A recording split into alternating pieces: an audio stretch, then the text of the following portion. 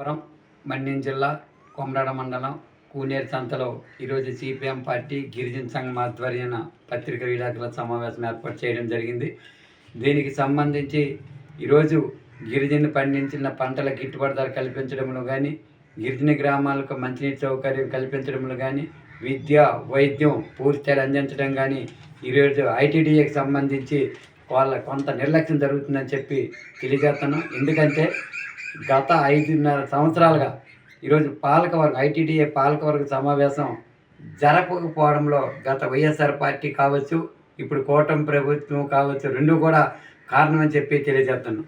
ఎందుకంటే ఈరోజు ఐటీడీఏ పాలకవర్గం సమావేశం జరిగితే గిరిజన ఐటీడీఏకి వచ్చిన నిధులు గిరిజన గ్రామాలకు అభివృద్ధి కానీ, గిరిజనులకు సంబంధించిన చెక్ డ్యాములు కట్టించడానికి కానీ, గిరిజనులు పండించిన పంటలు గిట్టుబాటు ధర కల్పించడంలో కానీ, గిరిజన సమస్యలను పరిష్కరించే దిశగా ఆ పాలకవర్గ సమావేశం చర్చించే పరిస్థితి ఉంది.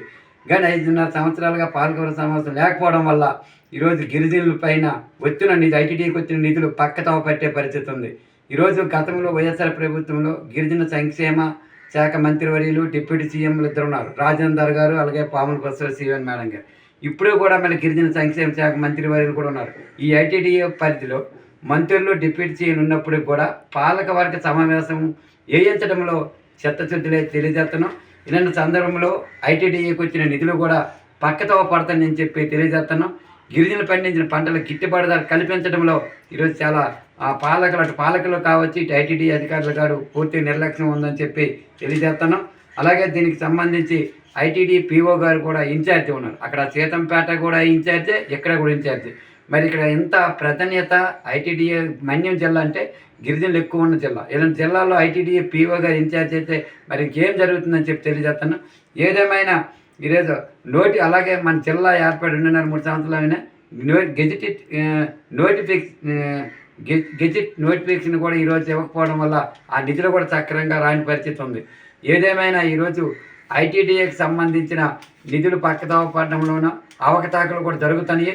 గతంలో ఉదాహరణకి అక్కడ ఎలుగు ఏపీడీ అనే వ్యక్తి గతంలో 2.5 సంవత్సరాలుగా ఆయన చేసిన ఏవైతే వందన కేంద్రాలు కానీ, అలాగే దీనికి సంబంధించిన ధాన్యం కొనుగోలు డబ్బులు కానీ, వివిధ యంత్రాలు కొనుగోలు చేయడంలో కానీ, అలాగే 100 కేంద్రాల డబ్బులు నిధులు ఎంత ఖర్చు పెట్టాయని చెప్పడంలో కానీ, అలాగే జీడిపెక్కలు ఎన్ని కొన్నారు, చింతపండు ఎంత కొన్నారు, పసుపు ఎంత కొన్నారు, ఈ విషయాలు తెలియజేయమని చెప్పి గత 3.5 సంవత్సరాలుగా మేము మొర్రోమంటున్నా కూడా ఈ రోజుకి దర్యాప్తు చేస్తున్నాం కూడా ఆయన పైన ఎంక్వైరీ లేదు, ఏమీ లేదు. కాబట్టి ఇలాంటివన్నీ జరగడానికి కారణం పాలకవర్గ సమావేశం జరగకపోవడమే. అదే పాలకవర్గ సమావేశం జరిగితే అక్కడ మంత్రులు, ఎమ్మెల్యేలు అందరూ అధికారులు ఉంటారు. వాళ్ళు అక్కడ ఏం జరుగుతుందని చెప్పితే ఆ విధంగా అక్కడ చర్చించే పరిస్థితి ఉంది.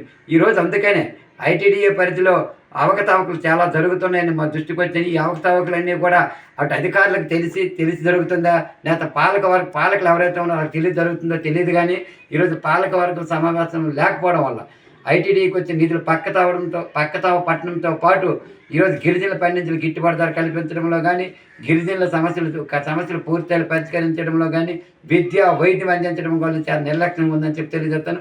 ఈరోజు గిరిజన ఐటీడీఏలో ఆశ్రమ పాఠశాల చాలామంది విద్యార్థులు చనిపోయారు. మరి దీనికి కారణం ఏంటి? అది ఐటీడీ పాలకవర్గ సమావేశం అయితే అక్కడ చర్చించే పరిస్థితి ఉంది. అలాగే ఏపీడీపై వచ్చిన ఆరోపణలు చర్చించే పరిస్థితి ఉంది.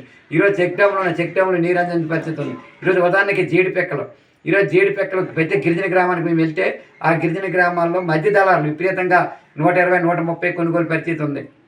ఈరోజు పక్క జిల్లాలో శ్రీకాకుళం 200 రూపాయలు, 180 రూపాయలు కిలో అయితే ఇక్కడ 60.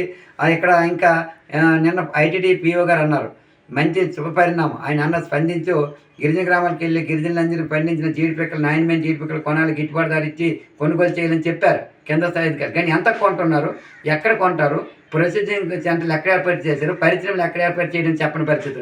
ఇలా మీటింగ్లు గతంలో కూడా ఇలా మీటింగ్లు పెట్టి వెళ్ళిపోయారు. మా ఊరు వచ్చాడు ఏపీడీ ఆయన వచ్చారు, కొంతమంది చెప్పి కూడా గిరిజనులను దాచుకున్న తర్వాత మరి ఆయన కనిపించలే, ఆ పిక్కలని ఎవరు అమ్ముకోరు. ఇలాంటి ఒత్తిడి జరుగుతున్న సందర్భంలో వెంటనే ఐటీడీ పాలకవర్గ సమావేశం ఏర్పాటు చేయాలి. ఈరోజు ఎవరైతే నిధుల అవకతవకలు జరుగుతున్నాయని ఆరోపణలు అనిపైన పూర్తిగా దర్యాప్తు చేయాలి. పీఓ నియమించాలి. ఈ విధంగా జిల్లాని గెజిట్ నోటిఫికేషన్ వెంటనే విడుదల చేయాలి. ఈ విధంగా మారుతున్న మన్యం జిల్లాని ముందడుగు వేసే విధంగా అటు అధికారులు ఇటు పాలకులు ఉండాలని చెప్పి ఈరోజు మేము సిపిఎం పార్టీ గిరిజన సంఘ ఆధ్వర్యంలో కూటమి ప్రభుత్వానికి విన్నవించుకుంటున్నాను.